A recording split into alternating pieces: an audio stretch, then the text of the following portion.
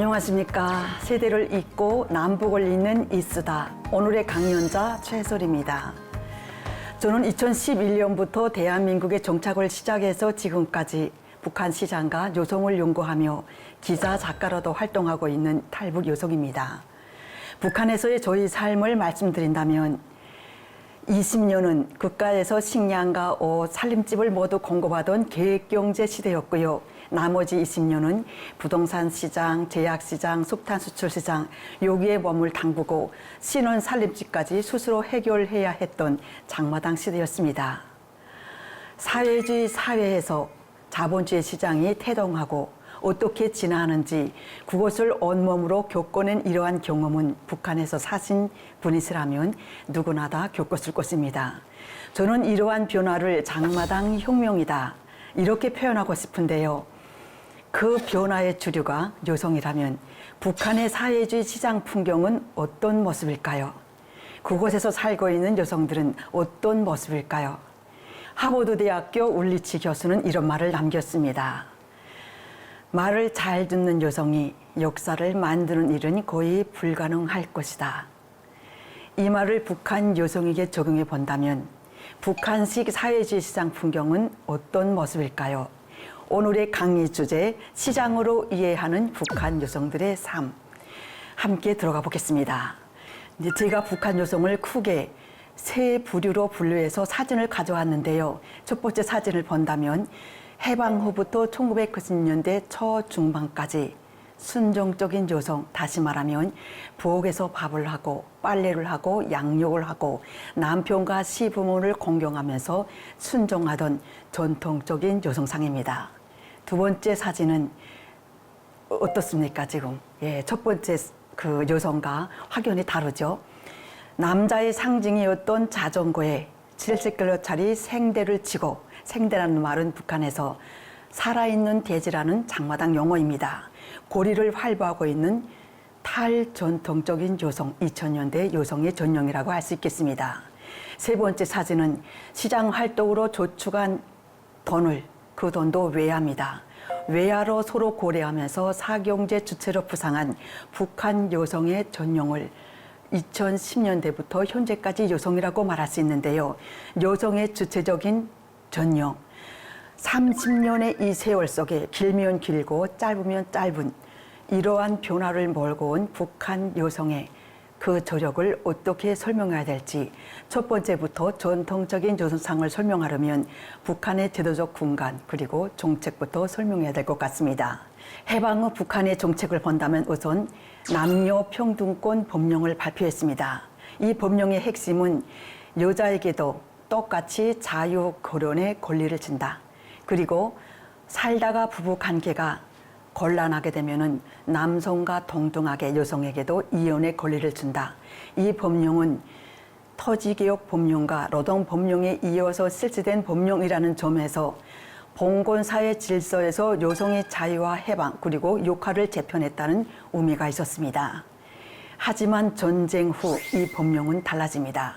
56년도 북한은 이 이혼제도, 말하자면 여성에게 자유의 결혼, 자유의 이혼, 이 권한을 폐지시켜버리죠.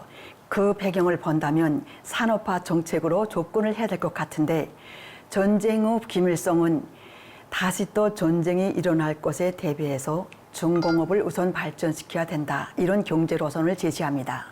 이 말은 무슨 말이냐면 중공업은 군수공업 아니니까 중공업이 비중이 큰데 국가 예산과 인적 자원이 투자되는 부분에 남성이 우선 배치되다 보니까 상대적으로 비중이 작은 경공업 부분에서 일하고 경공업 부분에 배치되는 여성들은 비직업군으로 남성들은 퇴직할 때까지 종년 직업군으로 남게 되는 북한 사회에 특이한 성별 직업 구조가 형성이 되게 됩니다. 그러니 여성들은 결혼하게 되면 자연히 가정주부로 거차게 되어서 남편을 공경하고 시부모를 모셔야 되는 전통적인 여성의 역할이 주어졌다. 이런 이야기가 되겠습니다. 그런데 이러한 여성들의 역할이 북한의 통치 이념으로 어떻게 더 강화되었을까요? 북한의 통치 이념은 주체사상입니다. 1972년 사회주의 헌법에서 주체사상이 명시되었고요. 74년에는 당의 유일세상체계 항리 10대 원칙이 제정되면서 이 주체 사상은 북한의 전반적인 정치, 경제, 군사, 사회 문화까지 관통을 하게 됩니다. 우선 주체 사상이 북한의 모든 것을 관통한다고 봤을 때에 사회 정치적 생명체 이론으로 이어지는 사회주의 대가정론은 최고 지도자인 오보이 수령에게 인민 대중이 춤과 효를 다해야 된다는 사회주의 대가정론으로 이어집니다.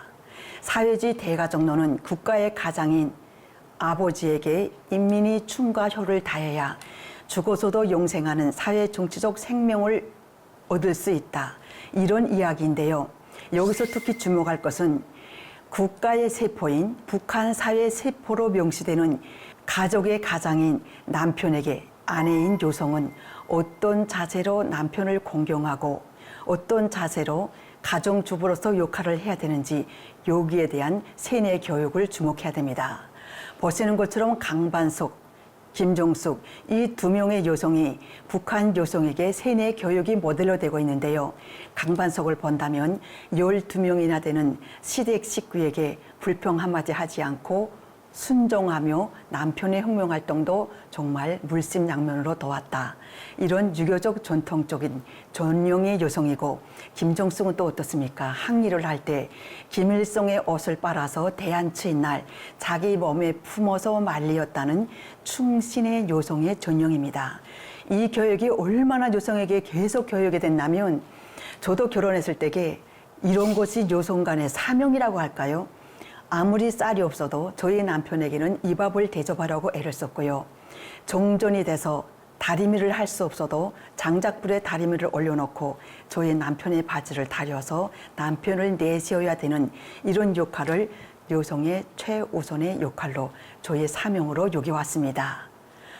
이렇게 여성들이 이중삼중으로 어떤 제도적 근간, 전통적인 기반, 그리고 또 통치 이념으로 원천적인 사회화가 제한되었던 북한 사회가 지속적으로 이어질 수 있었던 결정적인 기반은 바로 식량 배급제였습니다.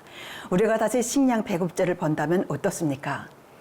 쉽게 말하면 이 모든 것을 북한의 사회주의 대가정을 뒷받침하였던 물질적 기반이다. 이렇게 말할 수 있겠는데요. 북한의 식량은 정치입니다.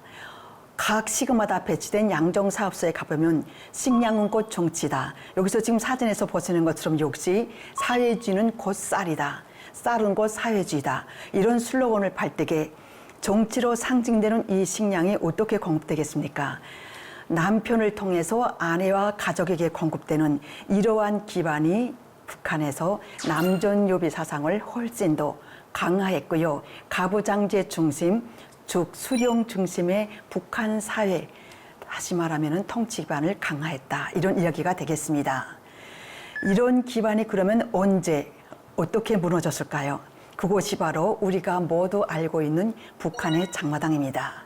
이 장마당이 등장하게 된 배경을 본다면 1994년 김일성 사망, 이 시기가 결정적이었습니다. 물론 김일성 사망 이후 식량 배급이 완전히 끊겼다 이런 말은 아닙니다. 1985년부터 북한의 식량 배급이 밀리기 시작했는데요. 제가 아직도 기억하고 있는 것은 식량 배급소에 가면은 그 전에 가게 되면 각 세대마다 날짜가 있거든요. 저희 집은 10날 25일이었어요. 한 달에 2번 주니까.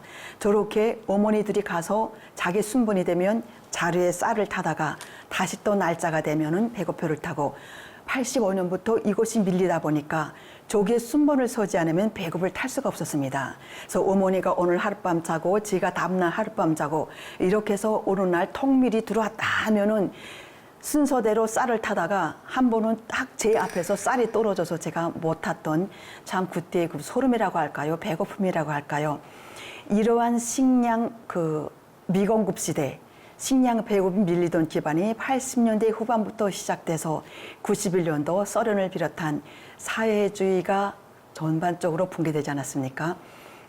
북한의 계획경제도 아래로부터 흔들리기 시작하면서 김일성 사망을 계기로 와장창 무너졌다는 것입니다. 식량 배급이 무너졌지만 북한 모든 주민들은 울었죠. 당연히. 그러나 북한 주민들의 이 김일성의 그 사망, 애석함, 그 통곡의 뒷면에는 깨달음도 있었다. 저는 이것으로서 이 시기가 식량 배급제 시대가 무너진 이 군간이 북한 주민들이 개몽하기 시작한 첫 관문이었다. 저는 이렇게 개인적으로 말하고 싶습니다. 이게 무슨 말이냐면 김일성은 저는 절대로 죽지 않는 하늘의 신인 줄 알았어요. 김일성이 죽다니 하늘의 신이 아니라 똑같은 인간이었구나. 앞서 제가 말씀드린 주체 사상을 기반으로 인해서 북한의 모든 2,300만 대중을 세뇌시켰던 기반이 무너졌다. 이런 것을 저뿐만이 아니라 모든 사람들이 깨닫는 동시에 식량 배급 제도가 무너진 것은 더 이상 이제 고주의 이동, 직업의 이동, 내가 생각하지 못하는, 내가 생각하면 안 되는 이러한 그 의식의 기반까지 모두 한순간에 와르르 무너진 것입니다. 그러면 어떤 신조가 생겼을까요? 자기 운명의 주인은 자기 자신이다. 이게 어디서 나온 말입니까? 맞습니다. 주체 사상이 뼈대가 되고 있는 가장 진수인 핵심 기반입니다.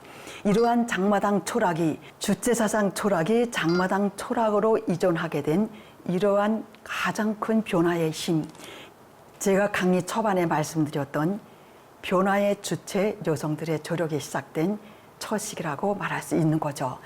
그러면 어떤 것이 가장 먼저 생겨났을까요? 북한은 신분제 사회입니다. 핵심계층, 그리고 기본계층, 족대계층이죠.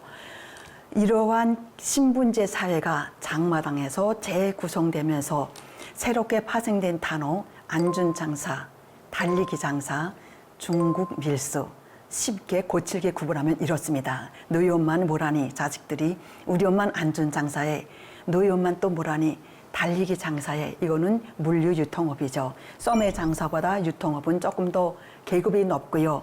중국 밀수 상인은 국경을 오고 가면서 상행위에 참여하기 때문에 일반 상인보다는 나름대로 장마당에서 보고 있는 계급은 좀 더 높다. 이렇게 볼 수 있겠습니다. 여기서 우리가 주목해야 할 것은 왜 장마당에는 여성들이 지류일까? 여기에 당연히 의문을 제기해야 됩니다. 이걸 조금 더 우리가 북한의 산업화 노선, 주체 사상을 기반으로 하게 되는 이데올로기 핵심을 본다면 북한은 남성 중심의 가부장 사회가 아닙니까? 그렇기 때문에 식량 배급이 다 무너지고 남편을 통해서 모든 물적 기반이 이어지던 군간이 무너졌음에도 북한은 이것을 그대로 유지해야 되기 때문에 국영 공장에서 일하고 있는 이 남성은 여전히 공장에 정석시켰습니다. 비사회주의 그룹화를 조직해서 공장에 출근하지 않는 남성들을 단속해서 노동 단련대에 보냈기 때문에 원천적으로 남성은 장마당에 장사할 수 없는 이런 군간이 조성된 것이 아이러니하게도 북한이 주장해온 사회주의 대가정이 아래로부터 무너지는 첫 시발점이 됐다는 것입니다. 이러한 기반이 2000년대 들어서 제도적 변력에 이어서 힘을 받은 것입니다. 2002년 북한이 7월 1일 경제관리 개선 조치라는 것을 발표했는데요. 이것의 핵심은 이렇습니다. 국영기업, 북한이 기획경제 아닙니까? 국가에서 자재를 공급하면 그 자재로 생산 제품을 만들어서 다시 국가가 회수해서 상업망을 통해서 인민에게 공급하는 이런 상업망 제도입니다. 이게 다 무너졌기 때문에 이제는 국가가 자재를 공급하지 못하니까 더 이상 국가에 손을 내밀지 말라. 너네가 알아서 자재를 사다가 기업을 가동시켜라. 기업의 자율성, 독립채산제, 더 생산해서 남은 돈은 노동자들에게 돈을 더 줘라. 이런 것이 기업에게 부여한 자율성이었다면 2003년도는 종합시장을 제도화해버립니다.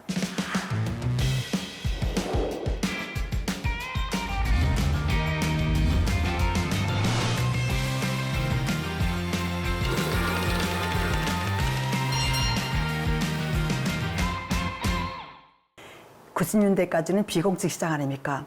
갑자기 쌀을 얹으니까 너도나도 다 무질서하게 장사하면서 형성된 게 장마당이란 말이죠. 이거는 비공식 암시장입니다. 이걸 2003년도 공식하면서 무엇이 달라졌을까요? 종합시장은 비공식 시장하고 우선 지붕이 있습니다. 비가 오게 되면은 비공식 시장에서는 우산이나 어떤 이런 천막이 없으면 장사를 할 수 없지만 공식 시장은 우계가 있고 매탁이 있기 때문에 나름대로 제도적인 보호가 있다고 할까요? 24시간 365일 장사를 할 수 있는 공식적인 공간이 주어졌다 이런 이야기입니다. 그러면은 어떻게 되겠습니까? 10명에서 김밥을 팔던 것이 50명으로 증가하겠죠. 누구나 다 시장 사용 요금을 내면은 장사를 하라 이렇게 권한을 주어졌기 때문입니다. 다시 말해서 자본주의 시장에서 어디가나 흔히 볼 수 있는 시장 경쟁이 이때부터 북한에서 시작된 건데 시간이 돈이다. 처음으로 북한 조선들에게 이러한 신조가 생겼습니다. 저도 이때에 누구보다 빨리 움직여야 상품을 빨리 넘겨주고 빨리 만들고 이것을 돈으로 회전해야 누구보다 시장 선두에서 달리겠는데 그러자면 어떻게 되겠나요? 저는 빨리 걷지도 못해요. 자전거가 있으면 좋겠다. 그래서 이때부터 재산 1호로 등장한 것이 바로 자전거입니다. 시장의 수요라는 것이 얼마나 힘 있나 저는 그때 정말 몸으로 체험했는데요.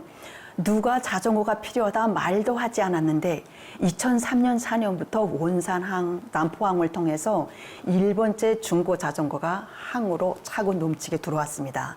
전국에 이곳이 유통되었는데 참 그러나 안타까운 것은 이 자전거가 중고 그래도 본산제가 아닙니까? 가격이 꽤 비쌌어요.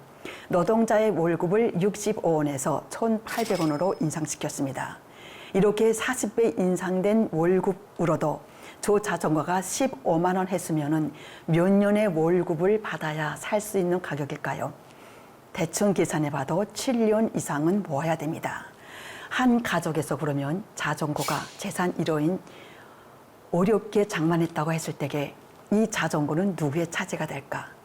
여기서부터 우리가 사회주의 대가정이 어떻게 변화하냐 아주 그 핵심 도표가 되겠습니다. 자, 그러면 우리가 자전거를 사례를 들어보겠습니다. 7년 월급을 꼬박꼬박 모아서 아내가 장사한 돈을 모아서 재산 1호인 자전거를 샀습니다. 2대를 사면 좋겠지만 비싼 자전거를 어떻게 2대를 사겠어요? 자, 재산 1호인 자전거 한 대가 가정에 있습니다. 당원인 남편은 공장으로 출근해서 당생활 청화에 참가해야 되고요. 아내는 내가 만드는 상품, 저기서 도매로 받은 상품을 빨리 장마당에 나가서 팔아야 됩니다. 그러면 이 자전거는 누구의 차지가 될까요? 여기서부터 갈라집니다. 자전거를 남편의 입장에서 보면은 그래도 우리 아내가 가족을 먹여 살리는데 당신이 타야 돼. 이렇게 양보를 한다면 이 가정은 화목할 것이고 그렇지만 내가 그래도 당원인데 북한의 신분제는 그대로 아직도 유지되기 때문에 남편이 출당되면 자식에게까지 신분이 세습됩니다. 남편의 위신이자 곧 가정의 위신인데 자전거를 내가 타서 당 생활청에 넣지 말아야지 이렇게 주장하는 남편. 여성의 입장에서는 그래도 당신의 당비까지 내가 내주잖아. 자전거는 당연히 내가 타야 되지 않아? 그러면 남편은 내가 돈 버는 제세하는 거야? 이렇게 부부 싸움이 일어나고 부부 갈등이 일어나면서 사회주의 대가정이 이러한 자전거 하나를 둘러싸고 갈등하기 시작하는 2000년대부터 북한에서 이혼이 처음으로 누가 이혼을 하라 하지 말라 할 것 없이 여성이 처음으로 당신과 더는 못 살겠다. 이혼을 해야 되지 않겠어? 말을 하지 않아도 이혼하고 싶다는 목소리를 처음으로 내기 시작합니다. 그러면 조금 더 이러한 기반을 우리가 수치적으로 볼까요? 국정인근과 시장 수익으로 비교해 본다면은 국영 공장에서 일을 하는 당원인 남자의 월급은 1,800원, 대학 교수의 월급이 3,800원이었습니다. 그러면 아내가 하루에 장마당에 나가서 벌어들이는 수익은 얼마일까요? 최소 3,000원입니다. 남편의 한 달 월급보다는 훨씬 많죠. 그러나 가전기구를 팔거나 옷을 팔거나 조금 장사를 나름대로 크게 한다. 하루 일당 수익이 5만 원입니다. 국정임금과 쉽게 말하면 당원인 남편의 월급과 장마당 상인인 아내의 수익이 한 달 기준으로 봤을 때 100배 차이 나죠. 아내가 힘들게 장사를 하고 집으로 왔을 때에 이 당원인 남편이 옛날에 그 위상을 가지고 아직도 밥을 해주지 않는다면 이 아내는 어떻겠습니까? 상처를 받고 여보 밥 좀 해줄 수 없어? 처음으로 남편에게 아내의 내조를 원하는 희망의 목소리를 표현합니다. 그러면 남편은 남편대로 어떨까요? 이놈의 세상이 왜 이렇게 변했어? 언제부터 이렇게 목의 사이가 됐냐? 이런 목소리를 저는 수도 없이 들었습니다. 특히 자전거를 제가 처음 딸 때 이게 남자의 상징이라고 하지 않았습니까?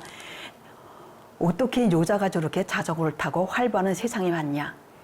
여자가 돈을 벌어서 남자에게 큰 소리치는 이런 세상, 어떻게 보면 사회주의가 자본주의로 변하는 이런 변화를 남성들은 이렇게 가부장 중심으로 남성 중심 사고로 인식을 했기 때문에 전반적으로 이것은 여성의 그 어떤 신장 커진다 이런 것이라기보다는 여성은 여성대로 남성은 남성대로 이때부터 대도시에서부터 변화가 일어나기 시작합니다. 2016년도 제가 지금 저게 입수한 사진을 보면은 북한에서 제일 큰 총진 그 수납시장입니다.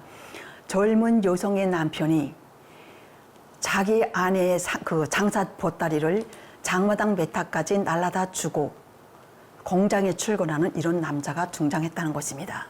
그럼 이런 남편하고 살지 않는, 말하자면 아직도 내 남편은 밥도 안 해주고 남자의 위상만 지키려고 하는 이런 남편과 살고 있는 이 여자는 어떨까요? 서로 비교하게 되죠. 그래서 이때부터는 남성성, 지금까지 획일적이었던 노동당원, 오직 당에 충성해야 됐던 하나의 남성성이 분화하게 됩니다. 아직도 사회주의가 규정해 놓은 남성상을 지키려는 전통적인 남성상 아니다. 이제는 내 아내가 나가서 내 당비도 내주고 가족도 먹여 살리는데 아내를 내조해야지 밥 해주는 남성. 그렇지만 한쪽에서는 그래도 내가 남자인데 남자는 지켜야 되지 않아? 직접 장사하는 남자. 이거는 좀 일부족이었죠. 무역회사에 있거나 혹시 운전을 하거나 이거는 일부였기 때문에 크게는 양분화되었다. 아내를 내조하는 남자와 내조하지 않는 남자. 저희 친구 하나가 이런 자랑을 하는 겁니다. 자기가 한번 그 진창길에 북한은 상하수도가 잘 되어 있지 않아서 비만 한번 오게 되면 시금창물이 막 넘쳐나거든요. 거기에 푹 빠졌대요. 그러니까 이게 신발이 확 빠지지 않았습니까? 너무 힘들어서 그냥 벗어놓고 잤는데 다음날 아침에 일어나 보니까 남편이 싹 빨아가지고 연탄 그 부뚜막에다 이렇게 말렸더라는 겁니다. 이 이야기를 들은 그 여성 상인을 우리가 모든 친구들이 가장 부러워했죠. 당 일꾼과 사는 아내도 부럽지 않았고요. 무역 일꾼하고 사는 남편도 부럽지 않았습니다. 이렇게 아내를 자기 사람처럼 내조해주는 정말 자상한 남자가 최상의 남자였다. 이런 것을 제 경험을 통해서 제가 말씀드린다면 국정인구과 시장 수익 차이로 보고 있는 북한 여성성의 분화, 남성성의 분화가 북한 사회의 변화다. 이런 이야기가 될 것 같습니다. 이러한 변화, 여기에 북한 당국이 가만히 있었을까요? 아니죠. 그래서 2009년 11월 화폐 개혁을 단행한 것이 바로 개인의 장롱에 쉽게 말하면 여성이 지금 저축한 현금을 국가로 환수하기 위한 조치가 바로 화폐 교환이었습니다. 이것은 물론 처음으로 그 실시한 화폐 교환이 아니지만 5차입니다. 2008년도 김정일이 와병설이 일어나고 2009년도 처음으로 김정일이 후계자로 등장한 이후에 실시한 화폐 교환이기 때문에 계획경제를 복원하려고 하고 새로 등장하는 김정은 정권의 그 안정된 사회주의를 물려주기 위한 포석이었다. 이렇게도 이해할 수 있겠는데요. 그러한 수치로서는 저게가 지금 그 전쟁 후 실시했던 화폐 교환을 보면 2차입니다. 굴대 100대 1로 교환해줬습니다. 2009년도 화폐 교환 정책도 보면은 100대 1로 교환해줬죠. 이 말은 무슨 말일까요?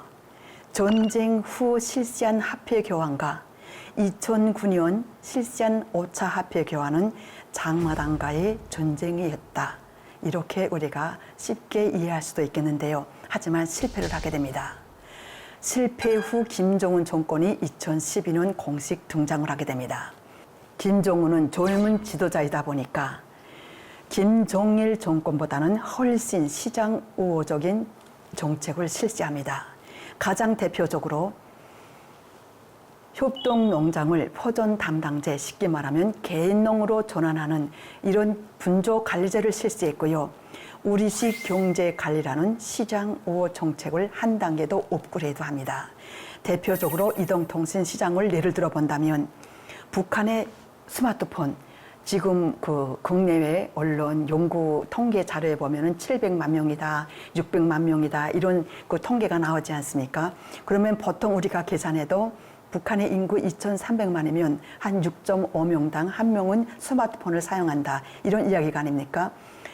여기서 주목할 것은 다른 시장은 북한이 세금을 징수하는 방식으로 시장을 활용하지만 이 스마트폰만은 국가 주도로 세금을 징수하는 정도가 아니라 부품을 조립하고 이것을 직접 팔고 통신요금을 징수하고 앱을 다시 파는 전반적인 국내 외화벌이 시장이라는 것입니다. 이러다 나니까 이때부터는 재산 1호가 자전거에서 2010년대 스마트폰으로 이동을 하게 됩니다. 왜 스마트폰일까요? 이 스마트폰은 이동통신 혁명이다. 장마당 혁명을 질적으로 업그레이드한 수단이라고 볼 수 있는데 우선 핸드폰이 생기면 정보 빨리 입수할 수 있겠죠. 가격에 일어나 서울에서 1,000원짜리 옷을 부산에 가서 10만 원짜리 팔아도 모르던 것을 핸드폰이 생기면 그 즉시로 가격을 확인하기 때문에 북한의 가격이 평준화되었다. 그래서 장마당을 질적으로 발달시킨 수단이 바로 스마트폰입니다. 그 다음 사금융시장, 노동시장 여러 가지 북한의 시장이 한 번에 질적으로 발달한 것이 바로 이동통신입니다. 네, 지금 이게 북한 평양 스마트폰입니다. 이렇게 켜지면 나름대로 멜로디가 울리죠. 이 멜로디가 울릴 때에 일부 여성들은 여기다 한국 노래 넣는 아주 대담한 여성도 있습니다. 네, 그래서 이게 평양 스마트폰, 이게 일명 북한에서는 양면폰이다 이렇게 이야기하는데요. 이렇게 폴더폰이 되기도 하고 접기도 한다. 네, 이렇게 하고 요게 우리가 이렇게 보게 되면 안에 그 각종 도서가 있고 외국 도서가 있고 그리고 여기에 SD 카드 넣는 잽이 있죠. 그래서 북한 사람들이 어떻게 한국 드라마를 볼까? 왜 반동사상 문화배급법을 지정했을까 할 때 북한의 핸드폰으로 거둬들이는 수익보다는 부작용이 훨씬 더 크지 않을까. 이런 핸드폰이 요즘에 북한 사회 변화를 이끌어 나가는 하나의 매체라고 봤을 때 이 핸드폰을 가장 많이 사용하는 것이 여성이라는 점에도 우리가 주목해야 될 부분이 아닐까 싶습니다. 네, 그러면은 스마트폰 데이터로 소액 결제 방식이 어떻게 확산되고 군부대까지 이것이 사금융 시장으로 이어지는지를 사례를 들어보겠습니다. 저희 아들이 군대에 나갔습니다. 그런데 어느 날 이 아들이 배가 고프다고 저에게 전화가 온 거예요. 3인 불악에 가서 선전화를 갖고 있는 한 여성에게 나 선전화 좀 쓰자, 엄마에게 돈 좀 보내달라고 말할게요. 이게 바로 중개인입니다. 그러면 중개는 얼른 빌려주죠. 그럼 빌려주면은 그 선전화로 자기 엄마 전화번호는 알거든요. 엄마가 전화를 받고 아들이 어떻게 잘 있니? 하니까 엄마 나 너무 배고프고 같이 있는 친구들은 다 멋있는 새 군복을 입었어. 국가에서 공급하지 못하고 다 이렇게 장마당에서 사 입어야 되는데 새 군복을 사 입은 사람들은 다 엄마가 보내줬다고 해. 아유 우리 아들이 남보다 축 잡히면 안 되지. 그래서 그 지금 아들의 핸드폰 빌린 그 번호에다가 10분, 30분 자기가 재량되는 대로 데이터를 전송하게 됩니다. 그러면 이 그 아들이 지금 군복만은 그 3인 불악의 중개인 이 여성은 이 데이터를 받지 않았습니까? 그걸 가지고 장마당에 나갑니다. 장마당에 나가면 쏘분 장사라는 상인들이 쭉 앉아 있습니다. 쏘분 장사라는 게 자굴섬이다. 분을 쪼개서 판다. 이 장사꾼이 왜 생겼냐? 6.5명당 핸드폰 한 명씩 사용한다는 것은 아직 5명 이상은 핸드폰이 없다는 거 아닙니까? 300달러나 되는 이 가격을 사기 힘듭니다. 그렇기 때문에 핸드폰이 없는 사람은 당장 소통을 해야 될 때 장마당에 나가서 5분을 전화하라고 돈을 냅니다. 이런 사람들을 위해서 소분 장사가 생겼다는 것입니다. 그러니까 다시 말하면은 언제든지 데이터를 전송하면 스마트폰 통화 데이터는 현금으로 전환할 수 있는 상품이라는 것이죠.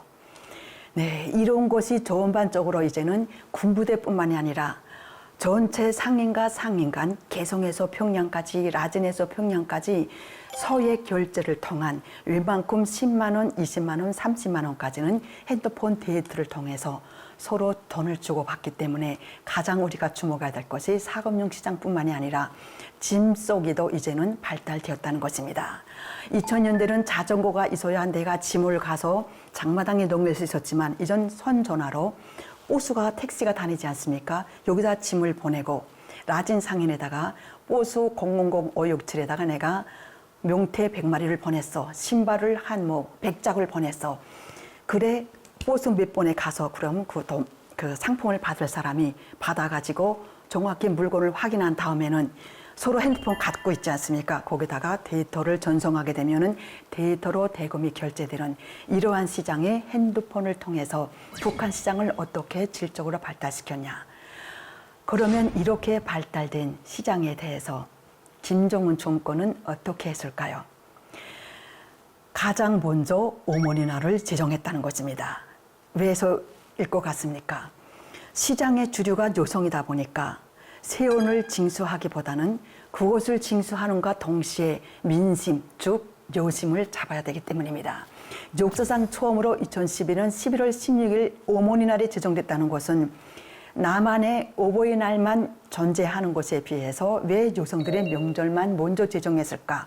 남북을 비교하는 데도 시사점이 있을 것 같습니다. 이뿐만이 아니라 김정은 정권은 2023년 제5차 어머니 대회를 개최하고 여기서 어머니들을 이렇게 이야기합니다. 어머니들이 있어서 지금까지 사회주의 대가정이 지킬 수 있었던 원동력이었다.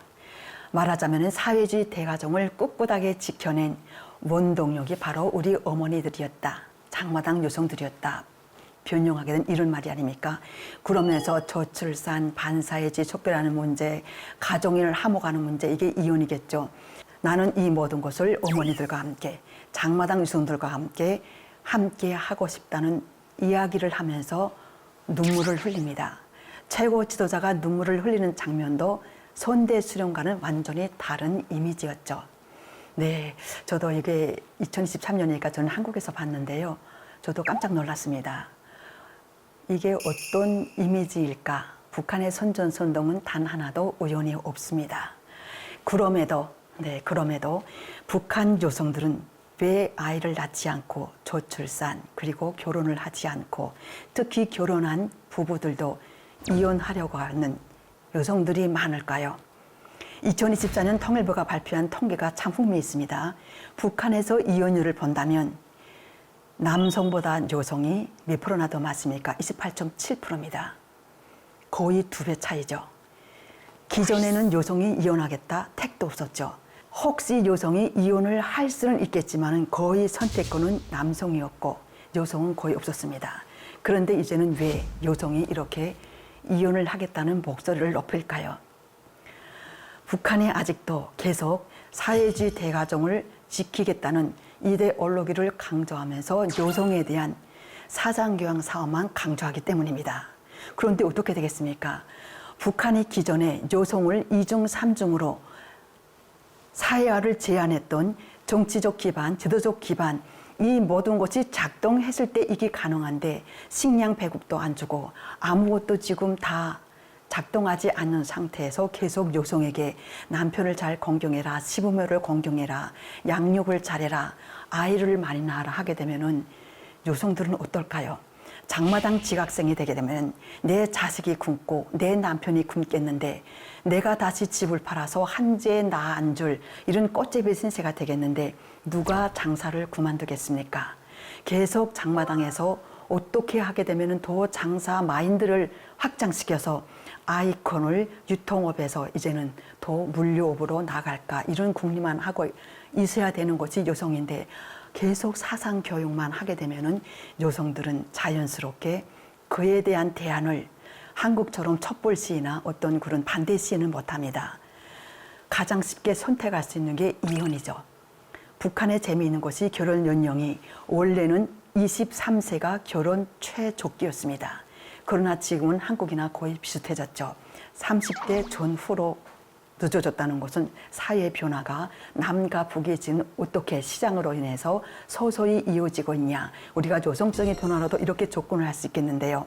사회주의와 자본주의가 충돌하는 이런 단면을 이혼 중과율이 많은 여성 퍼센트의 소리가 찾아볼 수 있겠는데 쉽게 예를 들면은 사회주의, 지금 당원 아닙니까? 당원인 남편과 자본주의 시장으로 완전히 탈바꿈한 이런 여성, 아내가 한 이불을 덮고 자는 이런 동상이몽, 경제적으로 말하면 사회주의 계획경제와 자본주의 시장경제가 공존하고 있는 오늘의 북한 사회에서 왜 여성에게만 사상교육이 그냥 주입되는가, 이런 이야기죠. 이렇기 때문에 이혼하게 된 여성들이 그럼에도 이혼을 계속하니까 2024년부터는 이혼을 먼저 소송낸 사람을 노동탈렌트에 보냈다는 제가 소식을 접하고 제가 너무 놀랐습니다. 그럼에도 이혼을 하겠다. 저희 조카가 전화를 하면서 이렇게 말을 해서 야, 너 그렇게 감옥에 가기 좋냐. 그냥 대충 참고 살아라 했더니 더 못 살겠다. 그래서 2025년도 다시 또 이혼을 했다고 해서 이혼을 하는 동시에 이제는 부부가 동시에 감옥에 간다는 겁니다. 그만큼 이혼을 하지 말아라. 이혼을 한다는 건 뭡니까?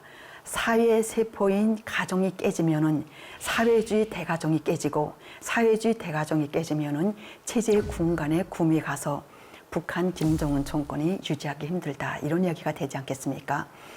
그렇게 계속 사법기관 공권력을 동원하고 그 사상 교육을 하고 이러다 보니까 여성의 적은 누구로 인식되고 있을까? 저는 이런 질문을 던지는데요. 가정에서 노동당의 상징인 당원인 남편이 적으로 인식되다 보니까 부부 갈등은 계속 확장되고 있기 때문에 오히려 북한이 자충수를 두고 있지 않을까.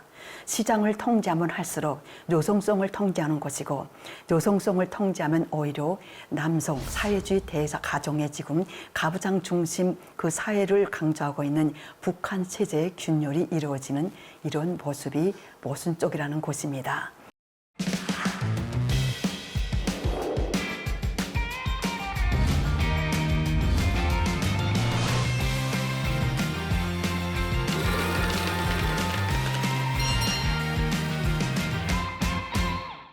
여기에 대응해서 김정은 정권이 안 되겠다 해서 2023년 양곡 판매소를 공식 설치합니다. 이거는 무슨 말이냐면 시장으로 유통되던 시장에서 쌀을 사고 시장에서 쌀을 팔던 이런 시장을 제도권에 흡수한 것입니다. 그런데 이 양곡 판매소는 기존의 식량 배급소와 달리 시장 가격입니다. 그러면은 가부장제 사회를 다시 복원하기 위해서 식량 판매소 를 설치했으면 공식 용어는 양곡 판매소입니다. 이걸 설치했으면은 남편이 받는 월급이 현실화돼야 되지 않습니까? 그래서 도입한 것이 2024년 남성들의 월급을 25배 인상해서 제가 2000년에 얼마였다 그랬습니까? 1,800원 내지 교수 월급은 3,800원이었다고 했죠. 5만 원입니다. 노동자 월급 5만 원, 대학 교수 의사 월급은 10만 원, 지원은 20만 원까지 인상시켰습니다. 이렇게 인상됐는데 여기까지는 참 좋았죠. 네, 이렇게 좋았는데 무슨 부작용이 일어날까요? 돈만 찍어내고 이 국내 화폐가 지금 25배 내수로 유통되면은 국가가 여기에 해당하는 쌀을 풀어야 됩니다. 저 양곡 판매소에 쌀을 풀어서 시장 가격을 잡아야 되는데 공급력이 부족하다 보니까 돈만 많아지고 인플레이션이 늘어나서 2024년 12월부터 2025년 5월, 6월 이때부터는 1달러 환율이 8,000원대에서 3만 원대. 제가 어제 저희 형제에게 전화해서 물어보니까 27,000원, 4만 원대 올라갔다 좀 내려갔다 지금 이렇게 됐기 때문에 전반적으로 환율이 상승인 게 아니라 그냥 폭등했죠. 그러면 뭐가 또 폭등할까요? 물가 폭등되죠. 한국에도 내 얼굴만 안 오르고 다 올랐다. 북한도 역시 같습니다. 그러니까 이 국정임금이 다시 또 휴지장이 된 겁니다. 5만 원을 타면 뭐하고 20만 원을 타면 뭐합니까? 쌀 몇 킬로 살까요? 쌀 서너 킬로 사고 다시 돼지고기는 지금 7만 원으로 올랐기 때문에 고기 한 킬로 더 사 먹으려면 한 달 월급을 다 소비해도 사 먹기 힘든 임금 가치로 인해서 남성성이 같이 다시 이게 사회주의 대가정의 균열은 복원하려고 하는 정책 시도가 실패로 끝나지 않았을까?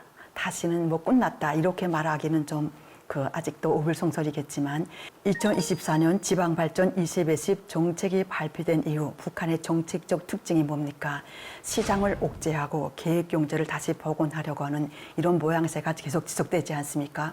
결국은 요성의 경제활동을 위축시키고 앞에서 보시는 것처럼 국정임금을 인상시켜서 다시 계획경제 복원하는 동시에 사회주의 대가정을 복원하려고 하지만 이게 제 마음대로 안 되죠. 왜 안 되겠습니까? 국가에 돈이 없는 겁니다. 다시 요성 던처들, 신흥부유층들, 외야를 주축하고 있는 이들이 시장 주체로 활동하고 있는, 예를 들면 양곡 판매소 안에 아예 권력에 편입돼서 판매소 회장이 되는 겁니다. 제가 이런 소식을 듣고 또 이 지방발전 2020 정책이 실현되면서 화물 자동차가 많이 필요하니까 밀수는 국가 밀수에 개인 밀수 다 없앴습니다. 시장을 통제하면서. 여기에 지방정부가 차를 수입하려고 하니까 돈이 없어요. 자연히 유성던조하고 손을 잡아야 됩니다. 그러면 어떻게 되겠습니까? 여성들의 활동, 정부와 다시 또 공존하는 이런 모양새가 불가피하게 이루어지는 겁니다. 오차피하게 시장 주체, 북한 사회 변화를 불러오고 있는 여성들의 힘을 무시할 수 없다. 이런 이야기이기도 하겠는데요. 이러한 맥락에서 요즘에 뜨고 있는 김주의 상징성은 과연 무엇일까요? 갑자기 김주혜가 떴을까요? 저는 아니라고 봅니다. 원래는 이설주였습니다. 이설주와 김정은이 지금 백두산 계열과에서 다정하게 여자가 남편의 어깨를 짚고 있는 최고 지도자의 저놈을 벗기고 봅시다. 한국 영화에서 꽤 많이 보았던 이런 영상이 아닐까 싶습니다. 그만큼 한류를 배척하기 위한 북한 사람들이, 북한 여성들의 인식 변화에 한국 드라마가 영향을 미쳤다는 것을 북한의 선전선동 매체도 의식한 것이 아닐까. 그래서 북한 여성, 이혼을 막고 남편을 공경하고 고상한 여성의 품성을 다시 복원하려는 이러한 전략적인 의미로 저런 사진을 연출하지 않았을까. 그러나 이설주는 이미지가 제한이 됩니다. 2022년 처음 김주혜가 등장했고요. 2023년부터는 본격적으로 여기저기에서 김주혜 행보가 확장되기 시작합니다. 팔짱을 끼고 가는 김주혜, 군부대를 시철하는 김주혜. 과연 무엇을 우리가 여기서 찾아볼 수 있을까요? 후계자다. 여러 가지 썰도 있을 수 있겠지만 틀리지는 않습니다. 그렇지만 저는 북한 여성의 시각으로 봤을 때에는 북한의 통치 방식을 재구성하는 능동적이고 시각적인 실천이다. 북한의 진도 정치 방향을 앞으로 어떻게 나갈 것인가. 북한 당국의 의도를 읽을 수 있겠고요. 또 조망할 수도 있겠다. 이렇게 주장하고 싶습니다. 남성 중심 권력의 위계가 절대 불변의 법칙이 아니라 최고 지도자 김정은의 의지에 따라서 조정될 수도 있겠다. 북한에도 여성 지도자가 등장할 수 있겠다는 것을 시사하는 것이라고 저는 주장하고 싶습니다.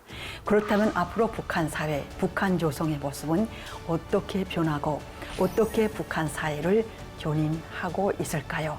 시몬드 보부아르의 명언, 여성은 태어나는 것이 아니라 만들어지는 것이다. 이것으로 저희 강의를 마치도록 하겠습니다. 감사합니다.